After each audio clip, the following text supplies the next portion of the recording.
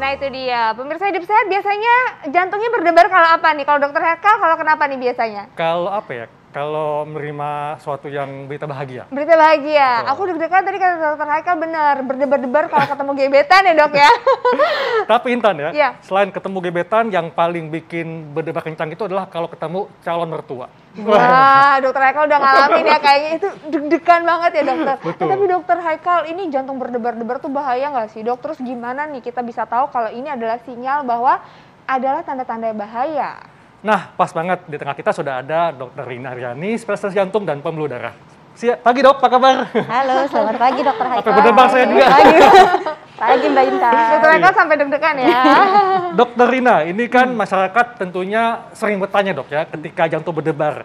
Nah, ada yang mengatakan kalau misalnya jantung berdebar, itu tidak selalu menjadi gejala penyakit jantung. Ini fakta atau mitos dok? Itu fakta jelas. Ya. Jadi tadi kayaknya udah diceritain bahwa berdebar itu sebenarnya harusnya kan jantung kita kalau lagi mompa kita nggak sadar ya. Betul. Nah jadi pada saat jantung itu memompa menjadi lebih kencang atau jadi lebih cepat atau tidak teratur, biasanya kita jadi ngeh kalau kok jadi berasa ya denyut jantungnya gitu. Nah itu kita sebut sebagai berdebar biasanya.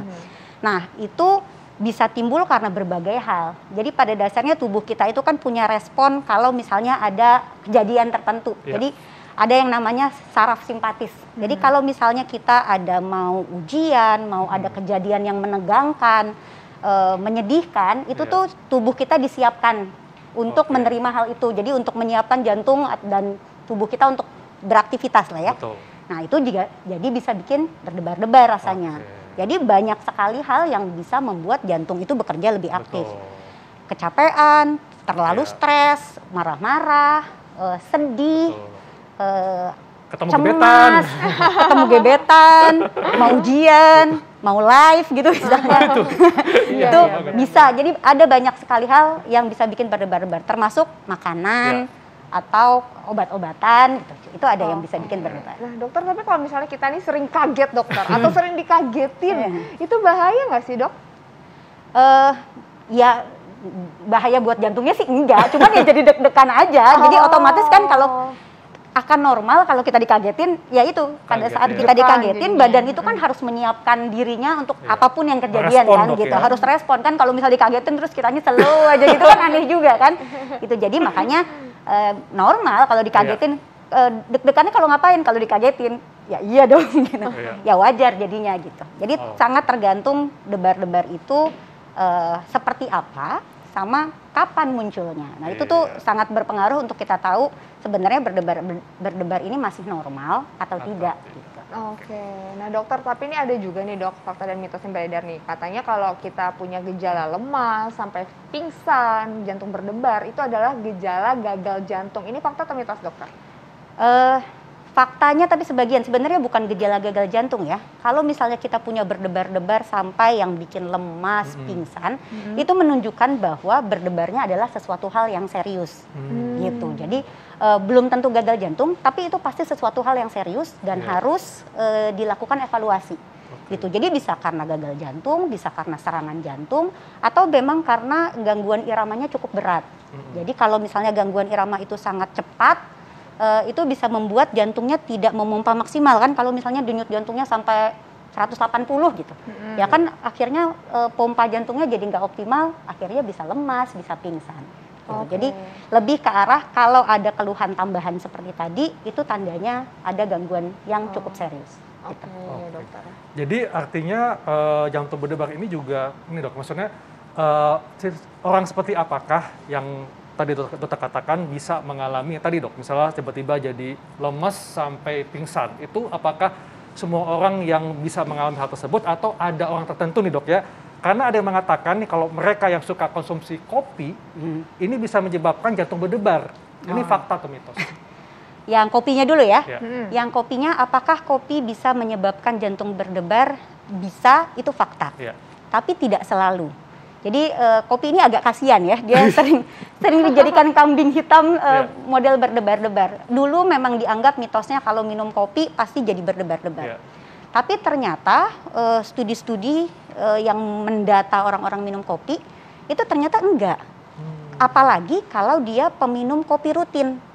gitu. Jadi kalau dia memang peminum kopi rutin yang setiap hari minum 1 gelas dan 2 gelas sehari, itu nggak ada hubungannya katanya sama berdebar-debar. Yang biasanya kadang-kadang ada keluhan berdebar kalau peminum kopi baru atau kadang-kadang minum kopinya ya bareng dengan obat-obatan atau dengan kondisi lain yang bisa membuat orang tersebut menjadi beresiko untuk gangguan irama jantung. Jadi artinya kalau mereka yang suka rutin minum kopi sudah terjadi toleransi dok, sehingga jantungnya tidak berdebar-debar. Iya, jadi kalau dia sudah coffee drinker ya, kronik yang udah minum kopi lama, itu akan baik-baik aja. Malah biasanya kalau dia nggak minum kopi rasanya jadi nggak enak gitu. Jadi studi-studi yang baru tuh malah bilang kopi itu malah lebih dalam tanda kutip protektif malah untuk terjadinya, tapi yang kronik ya.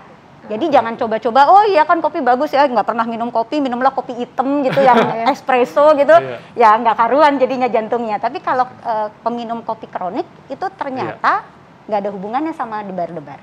Oh jadi nggak ada hubungannya, cuman kalau misalnya ada kondisi-kondisi tertentu ya dokter ya? Ya kalau dia lagi itu peminum kopi baru, kadang-kadang kan kopi juga kandungan kafeinnya beda-beda ya.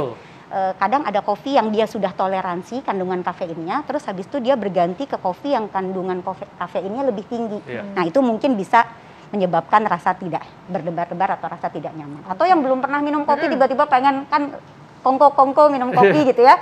Ya kalau nggak biasa nggak enak rasanya. Iya, harus hati-hati juga ya berarti ya dokter. Nah dokter, tapi ini dok, ada nggak sih tanda-tanda tertentu nih ya, misalnya kayak kita tuh katanya kalau jantung berdebar kencang ini tanda katanya tekanan darah tinggi, tapi kalau jantungnya berdetak normal ini tanda tekanan darah normal. Ini fakta atau mitos dok? Mitos, jelas. Oh mitos. Mitos. Karena darah tinggi tidak ada hubungannya sama denyut jantung. Darah tinggi berdiri sendiri, denyut jantung berdiri sendiri.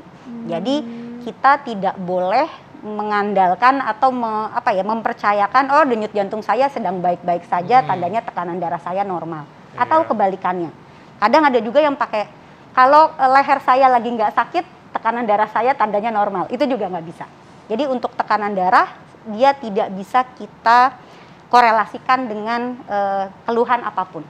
Gitu. Jadi ya tinggi bisa tinggi, ada orang yang tensinya bisa 180-an tapi tidak ada keluhan sama sekali, gitu. Jadi nggak berhubungan biasanya. Oh jadi nggak ada hubungannya ya dokter ya, harus hati-hati itu. Dok, ini juga ada masyarakat yang bertanya dokter, fakta atau mitos, kalau misalnya jantung berdebar disertai dengan telapak tangan berkeringat, itu tanda penyakit jantung, fakta atau mitos, tapi nanti dok jawabnya, kita akan simak jawabannya sesaat lagi tetap di Hidup Sehat. Ya, kembali di Hidup Sehat, dan kita masih membahas tentang jantung berdebar. Karena cukup banyak nih Intan ya, orang yang jantung berdebar, apalagi kalau ketemu gebetan. Tapi, apakah jantung berdebar ini juga merupakan tanda penyakit serius? Nah, kita tadi sempat bertanya ke Dr. Rina mengenai kalau ada orang dok ya, yang jantung berdebar disertai dengan telapak tangan berkeringat adalah gejala penyakit jantung. Ini fakta atau mitos dok? Mitos, tapi kita jelasin dulu ya. Jadi sama seperti jantung berdebar yang muncul akibat kalau misalnya kita ketemu respon, tangan berkeringat itu juga. Jadi saraf simpatis yang tadi kita sebutkan itu kalau misalnya ada respon atau ada stimulus yang membuat membentukkan jantung bekerja, sama metabolismenya juga akhirnya kelenjar keringatnya juga bekerja. Jadi akhirnya keringetan juga. Sama kan kayak kalau kita mau ujian, kan deg-degan terus sama keringetan kan. Nah itu sama. Jadi di kondisi-kondisi normal pun selama ada rangsangannya, jadi ya entah lagi panik, entah lagi cemas, entah lagi marah, keduanya bisa muncul. Jadi berdebar-debar dan keringatan itu juga bisa muncul. Tapi bisa juga dia muncul kalau ada kelainan medisnya. Jadi kalau memang ada juga beberapa penyakit yang bisa membuat kondisi seperti itu. Misalnya kelainan hormon tiroid misalnya. Kelainan jantung pun juga bisa kalau memang ada gagal jantung yang akhirnya membuat jantungnya harus bekerja lebih kuat gitu. Tapi tidak berarti kalau misalnya kita punya debar-debar sama tangannya keringetan, itu langsung kita bisa vonis ini orang sakit jantung gitu. Balik lagi cari tahu dulu apa yang menyebabkan dia berdebar-debar sama keringetnya kenapa. Gitu. Tapi dok ada nggak sih kondisi medis yang akhirnya kayak membuat wah ini ternyata adalah sign berbahaya nih bahwa berdebar dan juga tangan berkeringatnya? Iya, biasanya ada keluhan penyertanya. Jadi kita harus tahu apa pencetusnya dulu pertama. Kapan sih dia muncul berdebarnya? Oh iya, kalau lagi mau ujian nasional gitu, ya wajar lah ya gitu. Cuman kalau misalnya dia nggak ada pencetusnya, tiba-tiba debar-debar, nggak teratur, keringat dingin, disertai rasa lemas, atau ada demam, atau ada batuk kronik, atau ada berat badan turun gitu. Jadi ada penyakit penyertanya atau keluhan-keluhan temennya, itu yang membuat kita bisa berpikir, oh ini tidak hanya murni berdebar dengan tangannya keringetan nih, ada temennya nih, ada penyebab lain yang bisa menyebabkan itu. Gitu. Termasuk kalau misalnya dia disertai dengan nyeri dada juga, Dok ya? Oh iya, otomatis kalau serangan jantung ya berarti ya, kalau serangan jantung ya itu disertai nyeri dada, keringat dingin. Itu kalau lagi serangan jantung tuh malah keringatnya biasanya malah heboh tuh, nggak cuma di tangan aja, bisa sampai membasahi baju, lemas, pingsan. Nah itu sangat membutuhkan perhatian serius, jangan dianggap enteng yang begitu malah gitu. Nah dokter, ini ada fakta dan mitos berikutnya nih dok. Ini katanya gula darah rendah ini dapat menyebabkan jantung berdebar kencang. Ini fakta atau mitos dokter? Fakta. Fakta. Kenapa? Tadi kembali lagi, karena tubuh kita kalau gula darahnya rendah, tubuh kita perlu memompa lebih kencang untuk memenuhi kebutuhan tubuh. Gitu. Jadi memang ada kondisi-kondisi tertentu yang akhirnya membuat jantung ini memang harus bekerja lebih aktif. Kalau enggak nanti nggak cukup dong gitu. Jadi gula darah rendah, HB rendah, misalnya anemia tuh akan membuat denyut jantung berdebar kencang. Atau hamil misalnya, hamil tuh juga akan bikin jantung berdebar lebih kencang. Tapi apakah normal? Ya termasuk normal. Beresin aja gula darahnya, ya denyut jantungnya akan kembali lagi. Ya, jadi jantung berdebar itu tidak selalu merupakan gejala penyakit jantung, Dok ya? Ya. Nah, tipsnya Dok kepada masyarakat supaya masyarakat bisa betul-betul mengetahui dan tidak parnoan bahwa apa yang mereka alami jantung berdebar itu bukan sesuatu yang serius, dan penyakit apa saja yang disertai dengan jantung berdebar tapi bukan merupakan penyakit jantung. Oke. Jadi pertama kita mengenali berdebar dulu ya. Jadi yang pertama kali untuk seseorang itu kalau punya ngerasa jantungnya nggak enak, itu kenali dulu berdebarnya seperti apa. Betul. Pertama kita hitung dulu denyut jantung kita tuh berapa sih yang dibilang caranya berdebar. Dok, hitungnya itu. Kita itu punya, jadi kita bisa menghitung denyut jantung di pembuluh darah besar yang ada di badan. Bisa di leher, bisa di tangan, atau sebenarnya bisa dilipat selangkangan. Tapi agak PR ya kalau di selangkangan ya. Jadi biasanya pilihannya di leher, jadi di leher itu kita ambil dari tengah, terus kita geser ke kanan atau ke kiri sedikit, kita akan mendapatkan yang rasanya duk-dukan gitu kan, duk-duk. Nah itu adalah denyut jantung. Atau kita juga bisa ambil di tangan kiri atau kanan-kanan terserah, tapi kita ambil dari pinggir, terus kita geser ke tengah sedikit. Nah kita akan dapat juga tuh denyut jantungnya. Nah dari situ kita hitung dulu. Kadang-kadang ada yang berdebar, saya berdebar nih, berapa denyut jantungnya? Tahu nggak? Nggak tahu. Gitu. Nah, hitung dulu. Kalau kita rasa denyut jantungnya yang dipegang itu teratur, kita bisa menghitung 15 detik saja. Jadi pakai jarum jam, hitung 15 detik, kemudian kita kali 4. Kalau misalnya dirasa iramanya nggak teratur, kan bisa ya. Kalau teratur kan duk, duk, duk, duk. Nah, kalau misalnya nggak teratur itu yang duk, duk, duk, duk, duk gitu. Nah, kalau yang dangdutan gitu, hitungnya semenit. Nah, jadi pertama kita hitung dulu. Normalnya dia harusnya ada di kisaran 60 sampai 100 lah ya. 60 sampai 100 per menit. 1 menit per 1 menit. Nah, setelah udah denyut jantung saya begini. Kemudian kita kenali lagi juga karakteristik debar-debarnya. Tadi apakah dia modelnya teratur tapi cepat duk duk duk duk duk duk gitu kan?